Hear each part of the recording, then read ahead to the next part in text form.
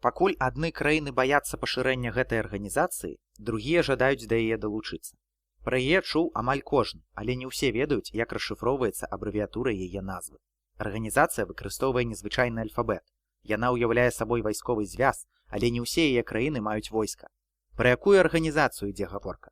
Канешне, пра НАТО. У гэтым падкасце прадстаўлены цікавыя факты аб адным з самых вядомых вайсковых звязаў сучаснасці. Пачнем з, здавалася б, відавочнага, але не ўсім вядомага факту. Як расшыфроўваецца НАТО? Рэч у тым, што ў адрозненні ад еўразвязу, абрэвіятура якога мяняецца ў залежнасці ад мовы, НАТО транслітарацыя з ангельскай North Atlantic Treaty Organization. Па-беларуску правільна АПАТ, Арганізацыя паўночна-атлантычнай дамовы. На легатыпе арганізацыі разам з ангельскім NATO прысутнічае французская OTAN.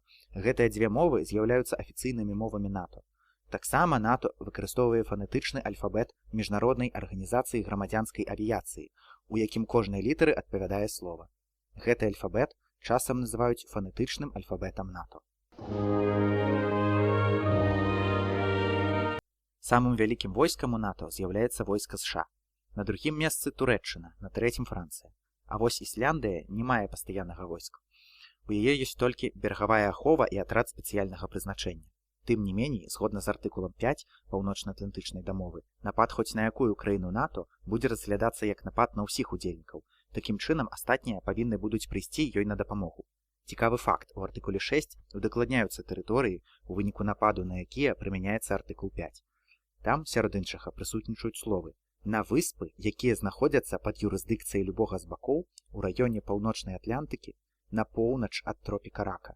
Такім чынам, калі ўжо дакапацца да словаў, краіны НАТО не павінны дапамагаць Гаваям і французскай Гвіяне у выпадку нападу на гэтыя землі, бо Гаваі часткова, а Гвіяна цалкам, знаходзяцца паўднёвей за тропік Рака. Гаваі, да таго ж, у Ціхім акіяне, а Гвіяна у паўднёвай Амерыцы.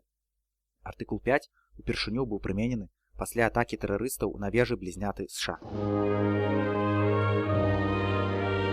Арганізацыю паўночна-атлантычнай дамовы заснавалі ў 1949 для супрацьстаяння радзянскай пагрозе. Цікава, што першая афіцыйная вайсковая аперацыя НАТО прыйшла больш, чым праз 40 гадоў пасля стварэння арганізацыі. З тых пор НАТО рэгулярна праводзіць аперацыі ў розных краінах.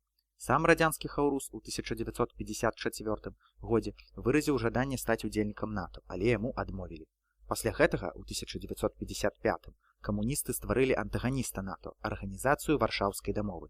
У АВД увайшлі радзянскі хаўрус і 7 яго сатэлітаў. Пазней удзельнікаў стала менш, а ў 1991 годзе АВД перастала існаваць. Зараз многія краіны, быўшыя яе членамі, з'яўляюцца удзельнікамі НАТО. У 1994 годзе пачалася праграма супрацоўніцтва НАТО з іншымі краінамі. Партнёрства дзеля міру. У 95-м да праграмы далучылася наша краіна. Быў час, калі праз Беларусь ажыццяўляўся транзіт грузаў для міжнародных сілаў задзейнічання бяспецы ў Афганістане. Але адносіны РБ з НАТО некалькі разоў пахаршаліся. Урэшце рэшт, у 2021 супрацоўніцтва Беларусі з НАТО было прыпыненае.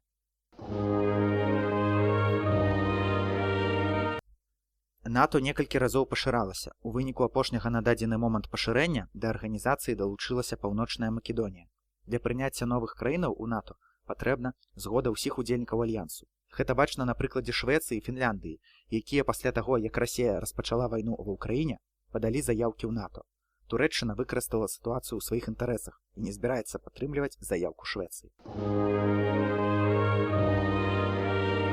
Вось мы і закончылі нашу размову. Апошні на сёння факт пра НАТО – гэта тое, што музыка паміж часткамі падкаста не рандомная, а гэта і ёсць фрагменты гімну НАТО. Да сустрэчы, дружа!